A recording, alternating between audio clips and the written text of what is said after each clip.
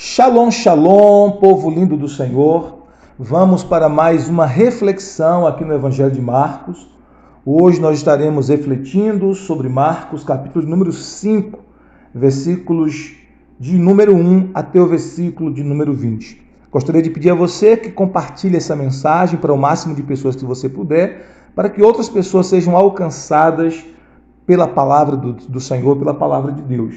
Capítulo 5 de Marcos nos fala sobre a cura ou a libertação do endemoniado Geraseno, o endemoniado de Gadara. Na última reflexão, nós falamos sobre a grande tempestade que Jesus enfrentou quando estava atravessando o lago de Genezaré, ou o mar da Galileia, um grande lago de água doce.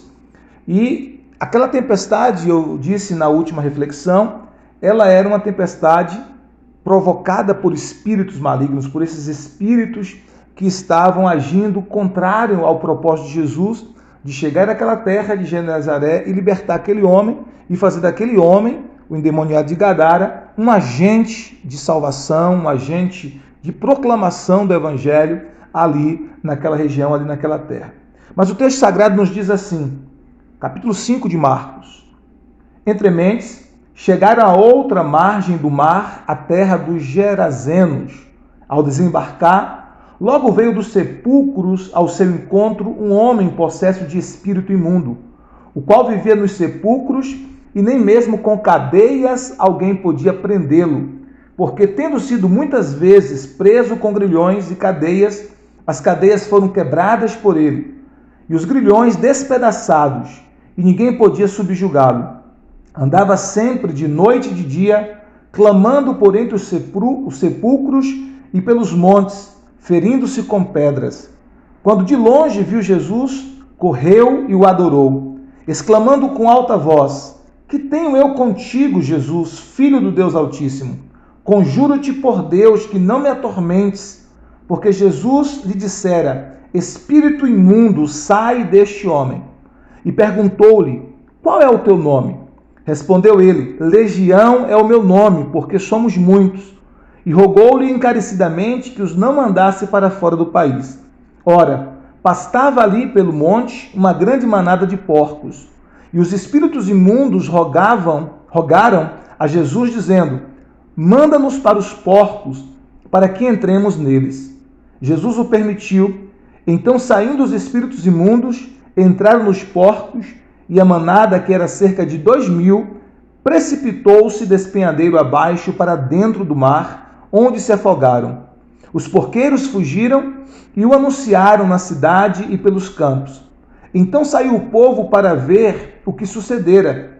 Indo ter com Jesus, viram o endemoniado, o que tivera legião, assentado, vestido em perfeito juízo, e temeram. Os que haviam presenciado os fatos contaram-lhe o que acontecera ao endemoniado e acerca dos porcos, e entraram a rogar-lhe que se retirasse da terra deles.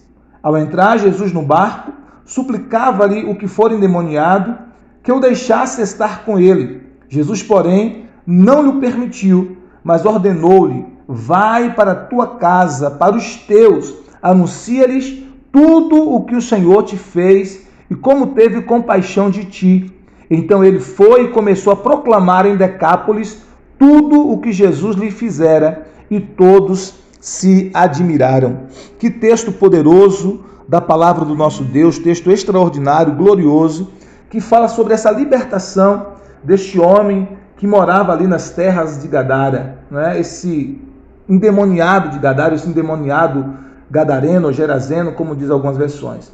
O texto nos fala que assim que Jesus desembarcou do barco, aquele homem que vivia nos sepulcros, porque ele vivia nos sepulcros, ele saiu, aquele possesso de espírito imundo, ele saiu dos sepulcros e ele veio a ter Jesus, a ter aquele encontro com Jesus.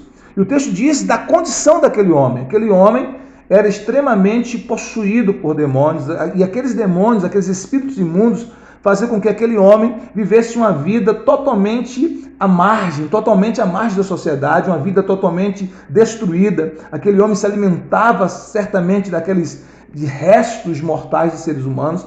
Aquele homem tinha uma força descomunal, porque o texto diz que muitas vezes ele era preso com cadeias, não é? Com correntes, mas ele quebrava aquelas correntes, porque vinha aquela força sobrenatural, além do natural, aquela força demoníaca nele, e ele quebrava todas as correntes. O texto também nos fala que muitas vezes ele foi preso com grilhões, e ele fazia daqueles grilhões serem despedaçados, aquelas correntes serem despedaçadas. Ninguém, o texto diz, ninguém podia subjugá-lo, ninguém podia prender, não havia nenhuma autoridade ali, não havia nenhum poder humano ali que podia prender aquele homem. O texto nos fala que aquele homem, ele ficava de noite e de dia clamando entre os sepulcros, entre os montes, e também se ferindo com pedras, né? Porque esses espíritos malignos faziam com que aquele homem se autoflagelasse, aquele homem se ferisse, se machucasse, né? Estava constantemente se cortando, se mutilando, se ferindo com pedras, porque é isso que o inimigo faz, né? Quando o inimigo se apossessa, se apodera de alguém, ele leva essa pessoa à autodestruição,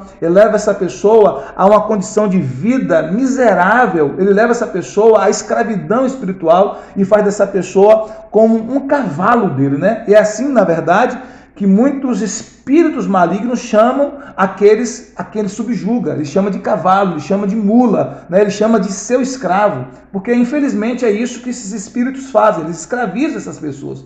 O texto diz então que quando aqueles espíritos, aquele homem, né, possuído por aquele espírito, viu Jesus, correu e o adorou. E se adorou aqui no sentido de que ele se prostrou diante do Senhor, e ele exclamou com grande voz: que tenho eu contigo, Jesus, Filho do Deus Altíssimo? Conjuro-te por Deus que não me atormentes. Por que aqueles espíritos disseram: conjuro-te que não me atormentes? Porque o texto diz no versículo 8, porque Jesus lhe dissera, Jesus deu uma ordem para ele. Qual foi a ordem? Jesus disse: espírito imundo, sai deste homem.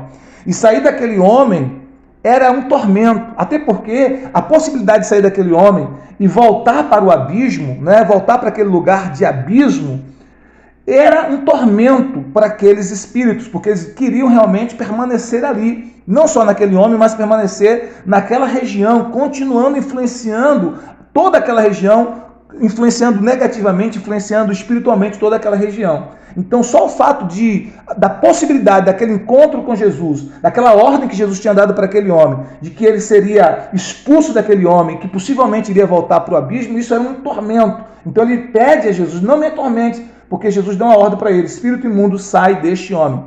E perguntou-lhe, aí Jesus faz uma pergunta para ele, né? Para aqueles espíritos: qual é o teu nome?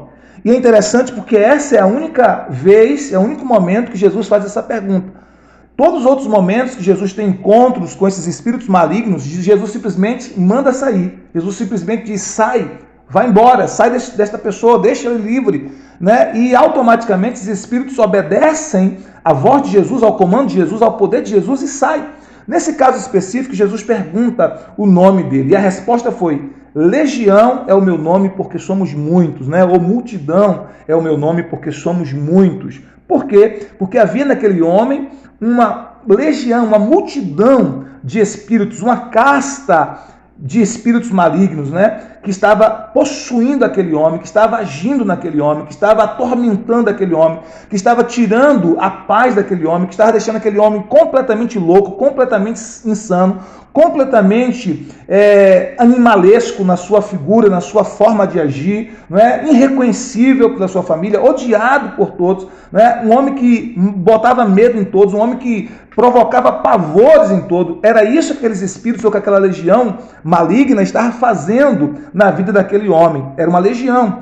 E o texto diz no versículo 10 que aquela legião rogou encarecidamente, eles clamaram a Jesus com fervor que ele não os mandasse para fora do país, porque eles queriam permanecer ali naquela região, eles queriam continuar ali influenciando aquela região, influenciando com malignidade, trazendo doenças, trazendo mal para aquela região. Eles queriam continuar ali agindo naquela região, naquela atmosfera espiritual daquela região de Decápolis. E aí o texto diz que estava passando por ali uma grande manada de porcos. E os espíritos rogaram a Jesus que mandasse eles para os porcos, para que eles entrassem nos porcos. Observe que entre sair daquele homem e voltar para o abismo, eles preferiam estar nos porcos. Eles preferiam estar nos porcos, entrar nos porcos, possuírem os corpos dos porcos, do que voltarem para o abismo, sendo enviados por Jesus para o abismo. E o texto diz que Jesus permitiu. Jesus permitiu que eles entrassem naqueles porcos, e eles saindo, entraram nos porcos, e aquela manada, nem os porcos suportaram a presença daquela legião neles. O texto diz que aqueles porcos ficaram tão desesperados, né, tão enfurecidos com a presença daqueles espíritos possuindo os seus corpos, que eles se precipitaram do despenhadeiro abaixo para dentro do mar, e eles se afogaram, e o texto diz que os porqueiros fugiram. Mas aquele homem foi liberto. Aquele homem foi liberto, aquele homem que vivia à margem da sociedade, aquele homem que vivia em completa insanidade, aquele homem que vivia possuído por essa legião, aquele homem que vivia se autoflagelando, se autodestruindo, se ferindo, aquele homem que não tinha mais nenhum reconhecimento da sua família, aquele homem que estava completamente afastado de todo o convívio social, aquele homem que se alimentava de restos humanos, aquele homem que vivia naquela possessão terrível, né, totalmente desfigurado, aquele homem foi liberto quando teve encontro com Jesus. E isso fala do poder sobrenatural de Jesus para libertar o mais vil pecador. Não existe ninguém que, tendo um encontro verdadeiro, genuíno, significativo com o Senhor Jesus Cristo, não seja liberto, não seja transformado, não seja salvo. A Bíblia diz: para isso se manifestou o Filho de Deus, para desfazer as obras do diabo. E Jesus veio exatamente isso, para desfazer as obras do diabo. João 10:10, a Bíblia diz que o ladrão, que é uma referência ao diabo, uma referência a Satanás, o ladrão veio para matar, roubar e destruir. Mas eu vim, disse Jesus, para que tenham vida e a tenham com abundância, para que tenham vida em abundância. Então aquele homem que estava sendo vítima das ações daqueles espíritos malignos, daqueles mensageiros de Satanás, daqueles mensageiros das trevas, aquele homem estava sendo destruído, estava sendo roubado, não é? Aquele homem estava morrendo, porque essa era a ação dos espíritos malignos na vida daquele homem. Mas quando ele teve um encontro com Jesus, ele recebeu vida abundante, a vida de Deus passou a habitar dentro dele, e aqueles espíritos tiveram que sair daquele homem. E aí o texto continua nos dizendo: então saiu o povo para ver o que sucedera, porque quando aquele movimento todo espiritual aconteceu, as pessoas vieram, né, ali de Decápolis, daquela região, para ver o que tinha acontecido. E indo ter com Jesus, viram o endemoniado, que tivera a legião, assentado, vestido e em perfeito juízo, e temeram. Então olha só a condição que era aquele homem antes e como aquele homem estava agora. Aquele homem andava nu, não é? Porque os espíritos também gostam de expor as vergonhas das pessoas. Aquele homem andava nu, aquele homem se autoferia, se autoflagelava, aquele homem estava em completa insanidade, né, mental, e agora aquele homem está ali junto de Jesus, assentado, sereno, calmo. Aquele homem está ali vestido, aquele homem está ali em perfeito juízo, e quando as pessoas ali de Decápolis vê aquilo, eles temem, eles temeram, não é? E os que haviam presenciado os fatos contaram-lhe o que aconteceu ao endemoniado e acerca dos porcos. Então, todos os que haviam presenciado aquela libertação contaram para eles o que tinha acontecido. Então, entraram a rogar-lhe que se retirasse da terra deles. Versículo 17, o texto diz que eles pediram a Jesus, eles, na verdade, deram uma ordem a Jesus para que se retirasse da terra deles, para que se retirasse da terra dos gadarenos. Isso é interessante. Por que eles pediram a Jesus que se retirasse? Porque aquela libertação provocou um prejuízo financeiro muito grande para eles. Eles perderam 2.000 porcos. Então eles preferiram os porcos à vida humana. Para eles, os porcos tinham mais valor do que a vida daquele homem. Para eles, os porcos eram mais importantes do que a vida daquele homem que agora estava liberto, daquele homem que agora estava transformado, daquele homem que agora estava curado. Eles amavam mais coisas do que pessoas. Eles amavam mais aqueles bichos do que pessoas. Por isso eles ficaram tão inquietados, tão machucados, feridos, porque aqueles porcos haviam morrido, mas aquele homem estava liberto, que eles pediram a Jesus para que se retirasse da terra deles. É como se eles dissessem: nós não queremos o Senhor aqui conosco mais, nós não queremos que o Senhor permaneça aqui conosco mais. Por quê? Porque houve um prejuízo financeiro, porque 2.000 porcos morreram. Esse homem, na verdade, está liberto, ele realmente está curado, está liberto, mas a gente perdeu dinheiro, a gente perdeu porcos, a gente teve prejuízo. Então eles pedem a Jesus para que se retire. Então o texto diz que ao entrar no barco, Jesus simplesmente, ao ouvir, ele se retirou, porque Jesus nunca fica em um lugar onde ele não é bem-vindo. Jesus nunca fica em um lugar onde ele não é bem-vindo. O texto diz então que ao entrar no barco, ele entrou no barco para ir embora. E aí o endemoniado suplicou a Jesus. suplicou a Jesus. E qual foi a súplica daquele homem? Ele disse: deixa eu estar contigo. Aquele homem suplicou a Jesus para que Jesus permitisse que ele estivesse ali com Jesus, caminhando com Jesus, acompanhando Jesus na sua comitiva, acompanhando Jesus na sua comissão, junto com os demais discípulos, junto com Pedro, Pedro, Tiago, João e os demais apóstolos de Jesus que estavam presentes com Jesus naquele tempo. Aquele homem disse: deixa eu estar contigo. É como se ele dissesse: se esse momento, esse único momento aqui, trouxe esse poder tão sobrenatural que me libertou desses espíritos, que me trouxe essa plena libertação. Imagine caminhar contigo, viver contigo constantemente, 24 horas, estar na tua companhia, estar na tua comitiva. Mas Jesus disse para aquele homem. Jesus, porém, não permitiu. O texto diz no versículo 19. Jesus não permitiu. Por que Jesus não permitiu?